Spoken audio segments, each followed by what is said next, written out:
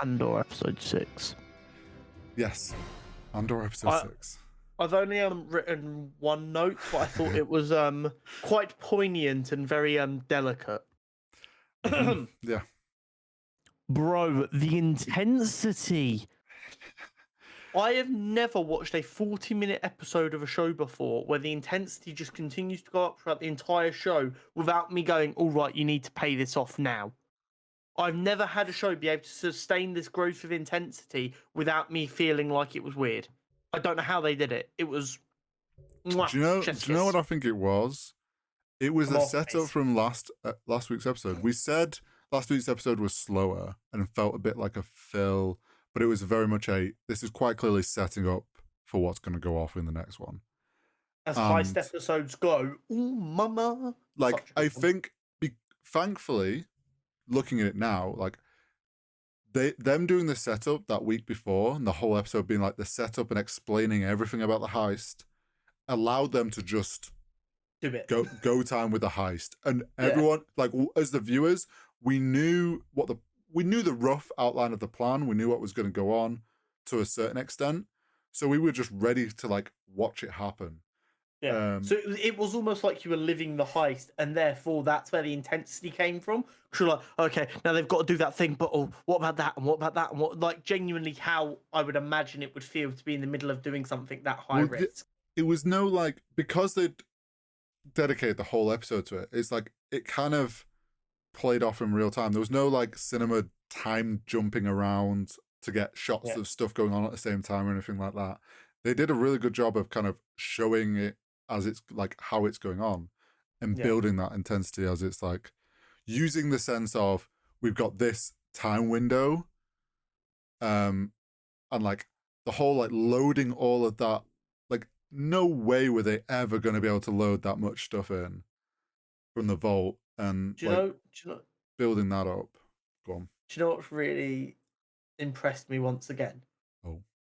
So when this show started, I said, just like in Rogue One, in Rogue One, they managed to make you forget that a lot of these characters are going to have to die because you don't know of them. And I said, and we're going to have the same issue again.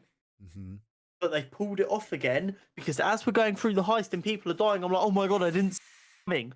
Like these people weren't going to have to die at some point. Do you know what's funny?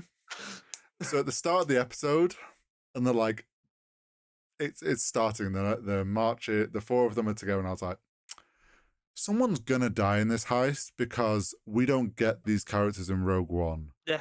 So I was like, okay, someone's gonna die. A good job. Yeah, they've been doing such a good job pulling into the story. I didn't even think about that. I was just watching. And then as they start dying, I'm like, oh shit, yeah, people have to die. Well, here's the thing. I thought it at the beginning, and then it's like, it was kind of like, I thought about it, so I was kind of expecting it. And then it's like... Forgot about it. Sort of forgot about it, but then it's more so... So the heist is going on, and I think the first person to die is the ex-stormtrooper. On our team, yeah. Sorry, yeah, on our team. On enemy team, people die, is what it is. Yeah. I'm not going to lie, that dickhead having a heart attack. Well, that's funny. Do you know what? I enjoyed how they built it up as well, because you could see he was struggling. Yeah, he was helping. Like, that's just a really good way of building it. Yeah.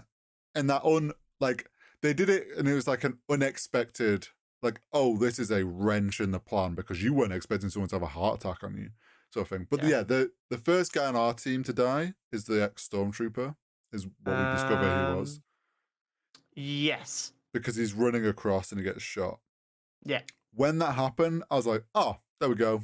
There's the character that's going to die this episode. I thought that was it. I thought that was all that was going to happen. I thought the rest of the characters are going to make it further through the series. I was so upset when I forget his name, the proper devout rebellion kid. The young lad. When he got crushed, I was like, oh no. Actually, I was about to say, you know me. When I'm watching stuff, I'm definitely silent. Unless it's a comedy, I'm in. When Cassian made the decision to go to the doctor, I audibly sat here in my room like, yes, Cassian! Like that. Like, proper, like, fist pump, like, yes, you go, make them good decisions. Yeah, so the whole like they built the intensity, and it's like when everything started going wrong, which then just elevated the intensity more because it's like, oh shit, plans out the window now. We need to get the fuck out of here. And we're fighting our way out. This isn't going smoothly anymore, which you kind of expect to happen. It's like there was something was going to go wrong. Don't get me wrong. In all fairness, I think the episode would have still been massively entertaining if it had gone off smoothly. Yes. Which is impressive in and of itself. But the fact that it went off the rails is kind of the whole point. I like the way that they did it, though. It was like, there was the one guard who, from the get-go, when they got in there, looked shit like he was going to try and pull something, the bigger one. So we were like, we were already aware of him. And then when it started, we'd been set up with the guy in the tower up top, on the radio. When stuff started not working. Sorry, do you recognise that act, by the way? Not off. I can't even picture him now, so no. Did you watch Marvel Agents S.H.I.E.L.D.? Some of season 1. Okay, so you wouldn't have met Hunter then, would you? Don't think so. Okay, so he played Hunter in Marvel Agents. So when I saw him, I was like, what the fuck is Hunter doing being a fascist? What's he doing helping the Imperial? Yeah, like that is, if anything, Hunter would actively be a rebel. What is this bullshit? But the way they like slipped in, like, oh, the radio is passing through, you like, oh, this shit's about to go wrong. Just instead of going from 1 to 100, they went 1, 2, 3. They built it up beautifully and smoothly. It was. What? I'm trying to remember how everyone ended up. Okay, so, you had the officer. He died. Yes. He got shot. He was actually the first die. Sorry, he got Stormtrooper. He did. Then the Stormtrooper died. Yeah. In the hangar. Then they get onto the ship which is Cassian, the lady, the ex-military prison guy, or whatever his name was, and then the young lad. And then the lady's girlfriend is in an Imperial uniform, kind of just walking out like nothing's happened. Well, yeah, which also then I was like, wait, she's being left behind. Yeah. Which didn't even register. Did you not register that? I registered that when the lady didn't want to leave and she was like, promise me you'll be okay. Yeah, no, I thought it was just like, as in holding down things there. Yeah. When it showed that shot of her, like, and I was like, wait, she's not on the ship. I was like, she stayed behind. What? But yeah, then so they all get onto the freighter and Cassian just goes, fucking punch it, Chewie. Slams it, and then obviously the kid gets crushed. And I was like, next time I pull away aggressively at a green light, I'm just going to punch it, Chewie. Obviously, like, the kid gets crushed. I was like, oh shit, kid's dead. I thought he was dead straight up. I was like, and then he starts moving. I'm like, oh, okay, he's just stuck. Crushed. In bad shape. Yeah. The visual effects of the eye closing, as they called it, so good, beautiful, because they built it up as this beautiful event. So yeah, they really had to nail it. Either had to find a way for us to not really see any of it, or make it gorgeous, and they did just that. It looked so sick. They nailed the visuals of that and paid off on that whole build-up beautifully. Indeed. We got some TIE fighter action, which was fun to see. Love a bit of TIE fighter action. And then they escaped, and Cassian makes the decision. Now we'll go to the fucking doctor. Which I as well was like, yes, Cassian, good decision. You're becoming more caring of the people around you. I was like, yes, the rebels is beginning. What I wasn't expecting. So at this point, we've lost 2 people. I thought we'd only lose 1. We've lost 2 already, and one is in a really bad way. So we get to see some Dr. Forearm, I'm pretty sure he was called, or Quad Arm. I think he was called Dr. Quad Arm, was his actual name in the subtitles. And I thought, oh yeah, classic. Great naming scheme there. We've got an alien with 4 arms who's a doctor. Okay. It's very Star Wars, though. Oh yeah. What do we call this guy? Dr. Quadarm. There we go. Working away on trying to... I was like, here I'm thinking, oh, they'll just like shove a load of mechanical shit into him. Yeah. It's Star Wars. I didn't think a broken spine would be that serious in the Star Wars universe. I've got to be honest with you. I'm going to be honest, though. All we think of is he goes, I can't feel my legs. But realistically, his whole like middle torso got crushed. Oh yeah, so, his stomach was like wrapped around his spine. Oh, he internal bleeding and everything, but we didn't really think of that. But yeah, I agree. I thought, oh, they'll have him fixed up.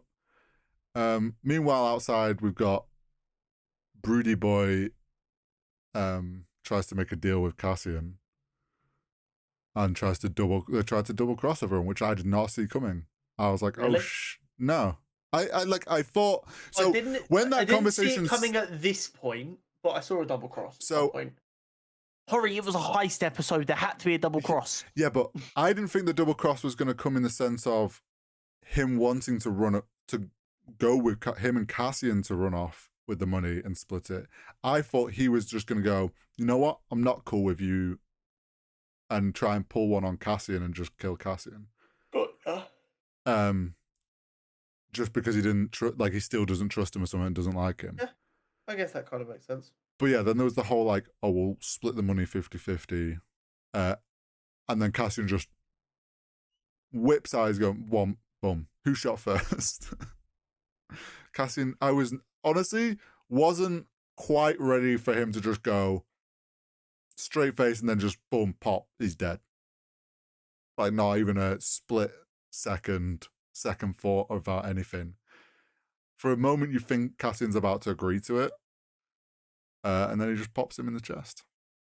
Yeah. To which then we cut back inside, and young lad's dead. That broke my heart. Yeah, I was like, oh no. I don't know what it is. I had a very strong connection with that character. Well, it's maybe it's because I'm an anarchist at heart, who would like to see a lot of the establishment fall. Well, it's also, I think, the way they set up that group of characters, like you got a load of everyone's got their kind of reason. Then you've got the young kid who's very like hopeful and believes in they can make the universe better. Yeah, and it's like, well, he's not going to put himself in harm's way. But then, yeah, you're like, oh, he didn't deserve to go. And he actively saved Cassian's life as well. Yeah. So like Heist had some had some things, but then it seemingly kind of went off somewhat without hitch. Like they got away with the money. You think, okay, but like then everyone died. Everyone died, and everything kind of went wrong. But that leaves me wondering where we go next here. Well, I think so. Cassian wanted to take the ship and his share of the money and dip. Fair enough. We then cut to the Senate. We saw the Senate for the first time since live action, since the prequels. Sequels? Prequels. Which was very cool. Senate. Yeah, it was very cool to see this. I was like, can we spot any E.T. looking aliens again? You know what I did enjoy? Oh, go on. So she's clearly talking about like the equivalent to human rights. Yeah, and some like general issue with a planet or something. And what you notice is half of the seats are empty. Yeah. Because politicians sometimes don't turn up for conversations that don't involve their own wages. Yeah. And then you had a bunch of people not paying attention, as obviously the news of what had happened on this planet was running around. Yeah. But I did very much enjoy that. I would have liked to have seen her like reaction though, because obviously she knew this was the plan. Well, she read you see her read the tablet, don't you? Yeah, but you don't get to see like any kind of reaction. I think you kind of get you get a bit of a reaction if she was reading it and she realizes, like, you can see on her face that she realizes what she's reading about what's just happened. And then it cuts to our friend in his antique shop. Luthen. To which his customer asks about, obviously also reading the breaking news, and then asks, and he goes in the back and has a bit of a celebration. which I'm pretty sure if you were a customer, you'd probably hear him. Yes, yeah. I was like, I was like, there is a window there, and like, there's no but I don't soundproofing. think that I don't remember a door opening and closing, but you never know. A plot is plot. But yeah, to Luthen, he hears that and he just thinks they did it. He hasn't got a clue about what went wrong. He doesn't know how horrifically wrong it went. So I think for next episode, we're gonna obviously get Luthen meeting up with the girl. Yeah. To then obviously get probably the rundown on what's gone wrong. And then I think he's gonna go find Cassian again. Quite possibly. Because he's like, he believes Cassian is a important person and he can be a big help to them. So I think he's obviously gonna try and find Cassian again and persuade him and be like, look, that, or Cassian's gonna spend the time reading the little, like, the original Rebel manifesto that he got in the little book, read some of that, and it's gonna change his opinion on things and he's gonna come back maybe. Or he's going to return back to his planet to go see his friends, pay off his debts, because he's now got a fat chunk of money. All those favors that he said he'd pay people back with, maybe he'll go feel like he needs to do that. We also need to get more from that Corpo's story. Yes, there's also next episode might focus a bit more heavily on what he's going to be doing now. Yeah, his new job offer, whatever that may look like. But overall, excellent episode. Loved the whole heist. Felt like Star Wars. Very much felt like Star Wars. Felt like Star Wars at its absolute best. Yeah. And I'm so ready for some more. And honestly, this now sets them up to introduce some more new characters who will then die off. So ready for that emotional roller coaster. Yeah, and they're going to keep on finding ways to make us care about these characters very quickly, forget that they have to die, and then kill them off and make us feel sad. Yeah. Pretty much. The people who've worked on Andor and Rogue One are my favourites. I like them. Something I will say about the Andor compared to like Mandalorian stuff, I love how much like actual physical sets they're using in this show. Because Mando was done a lot on the virtual set with the whole script. Season 1 was a lot of practical stuff. No, season 1, like from the get-go, season 1 did a lot on the screen. That's where it was built for. I thought season 1 still used a lot of practical sets. Season 1 used some practical sets, but it used, like, that's where the whole screen thing started. I think they lent more into it in season 2 once they knew it worked well. But I do appreciate the fact that they're doing a lot of practical stuff in One thing I will say about the Rebels so far, although it is kind of cool, I'm not sure how I feel about their blasters just being shaped like AK-47s. Yes, it's like worldwide, like it's shown as like the gun of the people who don't have a lot of money and are therefore normally rebels. But we've never really seen a blaster shaped like that in the Star Wars universe, and I'm just not sure about it. I think a lot of people have said that, and it kind of feels like an oversight on the props department, but just because we've never seen it before doesn't mean it doesn't exist. No, but it does just feel a bit weird. Yeah, it's a weird one because it's too much of a relatable weapon shape, which is why it feels weird when it's meant to be sci-fi. But I guess if they weren't going to make it a relatable weapon shape, they'd just use normal blasters anyway, so.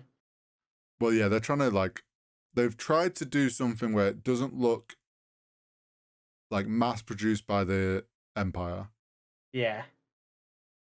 And I guess for the very early days of the rebellion, that does kind of make sense. Yeah, it's just with them. It's one of them props where they've gone for it, and it kind of feels a little out of place, but it's not the end of the world. I don't hate it. It's just a bit strange. I'm getting used to it. I get what you mean.